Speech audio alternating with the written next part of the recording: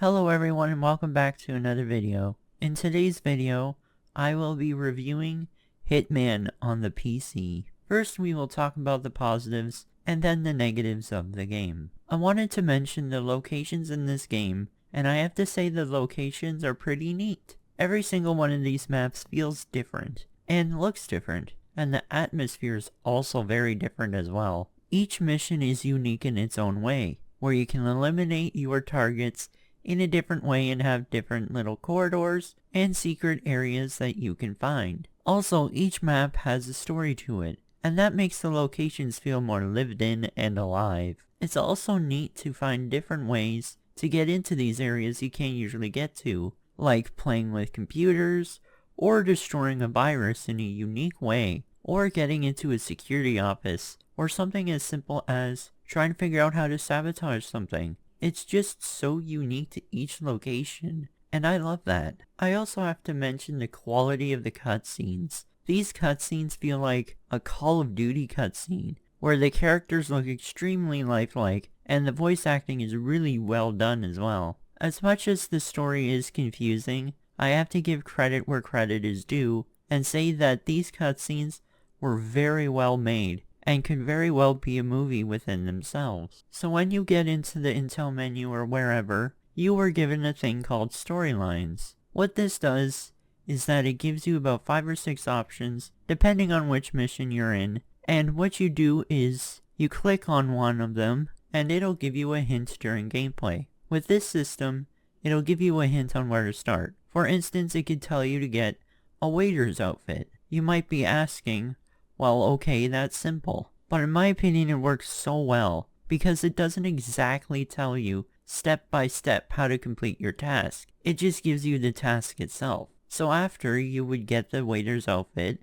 it would then tell you to find poison. So then you go and try and find poison. Then it would say task completed. So what this means is that it doesn't directly tell you how to do something, but it points you in the right direction. I say this is a good thing because a game like this can be quite intimidating to somebody who's brand new to the franchise. You were given admittedly an extreme amount of options on how to kill a target, and this can be intimidating to a lot of brand new players. So having this feature baked into the game can really help the new players get used to how the mechanics work and what they need to think of in order to eliminate their target in a fashionable manner. What makes this feature even better is the fact that it's not even mandatory. What this means is that you are still given a chance to follow these storylines, but you don't have to follow these storylines at all, and you can just complete the mission in your own unique way. A lot more games need to have this, in my opinion,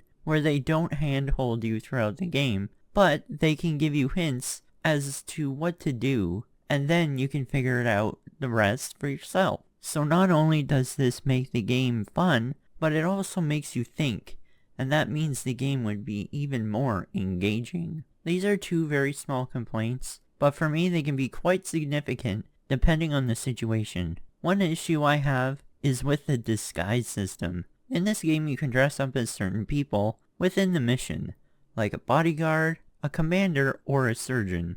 And that's a really cool concept. The one part about this concept that I don't like is the fact that certain people will still be able to figure you out. What this means is that you can walk around them and they'll immediately notice you as a suspicious person and call you out for being suspicious. I personally don't like the way this works because it can be too sensitive, and at the same time, it kind of doesn't make sense. The way I would have preferred this to work is the way it worked in Hitman 2 Silent Assassin, where when you ran in that disguise, that's when people would get suspicious. And that makes more sense to me, rather than somebody just figuring out that you're suspicious by just looking at the back of your head. The other thing that kind of made me feel a little annoyed was the music. I thought the music was just fine, but not amazing. I absolutely hate spy music. It is so cliche in my opinion, and it makes the game feel a bit cheesy at times. Obviously this is a very personal thing, but the music just did not work for me, and I wish the music actually suited which location you are in, and not just the basic spy thriller music. The game looks fantastic, especially on the PC. Even without ray tracing, this game looks incredible, and they really have great screen space reflections, as well as very nice lighting. The ray tracing is something else to behold. Even the most powerful of computers can have some trouble with ray tracing, especially in the first mission. All in all, the graphics are incredible, and I'm very happy that they put a lot of detail into that. The replayability of this game is off the charts. In older Hitman games, for example Hitman 2 Silent Assassin, there weren't really many options on how to kill your target, and that was quite disappointing, but understandable considering when that game was released, the hardware limitations were pretty limited.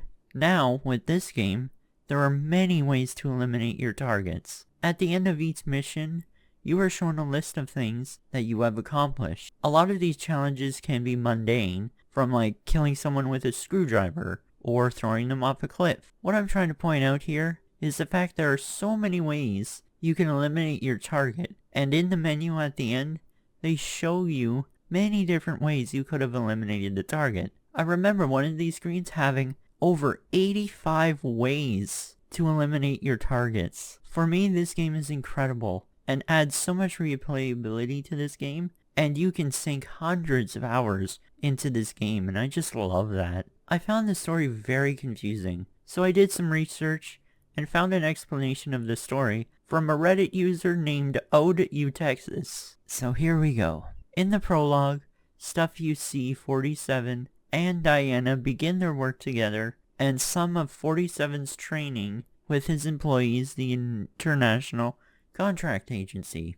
One of the ICA higher-ups is Eric Soders. He doesn't like 47. Fast forward a couple of decades. Paris. 47 is contracted to kill Novikov and Margolis, who are shady people that sell stolen government corporate secrets. Novikov had just days before wiped away his own criminal past by hiring a guy, the Shadow Client, to kill a guy who was investigating Novikov. In return, Novikov paid the Shadow Client with secrets about the world's elite. A cutscene also suggests that the Shadow Client is the one who ordered the hits on Novikov and Margolis. Sapienza. 47 is sent to kill DeSantis and Caruso, who work for a pharmaceutical corporation called Ether. Ether doesn't like Caruso's side project, which is a virus that could be used for personal vendettas. After the mission,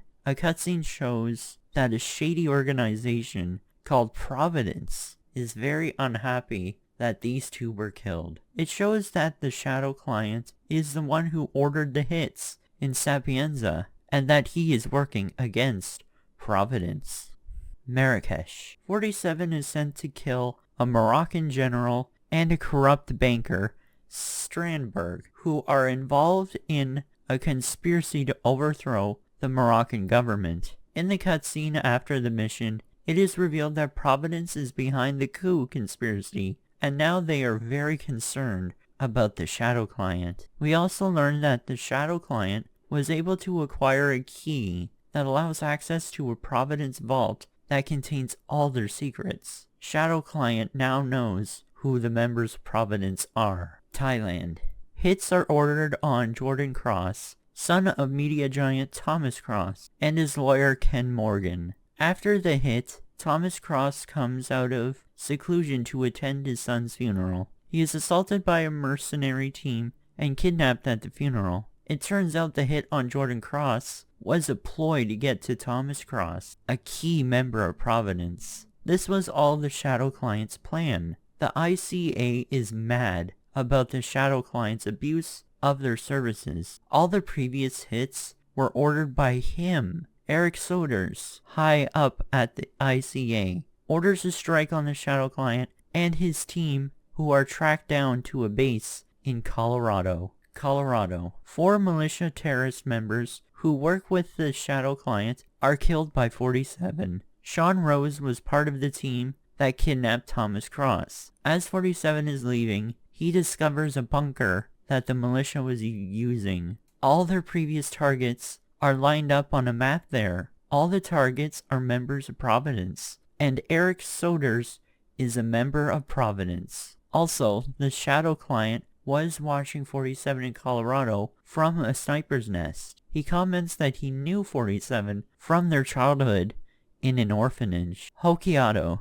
Now he knows Soders is working for Providence and was abusing his power for personal gain. He needs a heart transplant, specifically a reverse side heart, which is very rare. Providence bribed him with a heart to use his position at the ICA to go after the Shadow client. ICA doesn't allow these types of conflicts of interest, so Soders has been selected for termination along with Yakuza Enforcer. 47 kills them both. Afterward, in the cutscene, a guy from Providence confronts Diana on a train. He argues that the ICA and Providence should be working together to take out the Shadow client, and subtly threatens Diana. He also mentions that he can give Diana information on 47's past in exchange for a partnership. The story ends there. Thank you to ODU Texas for this excellent recap of the story. The story of Hitman is weird.